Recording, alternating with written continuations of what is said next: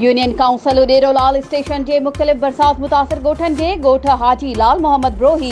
फारसी farm, जुमा खान बलोच, कोट कुंभार, धोट इस्माइल मकरानी समेत ॿियनि गोठन के रहवासन पारां वाहड़ न करण ते डीसी मटियारी, एसी मटियारी अदील अहमद सोहो तपेदार इलाही बख्श भयो खिलाफ एहतजाजी मुज़ाहिरो कंदे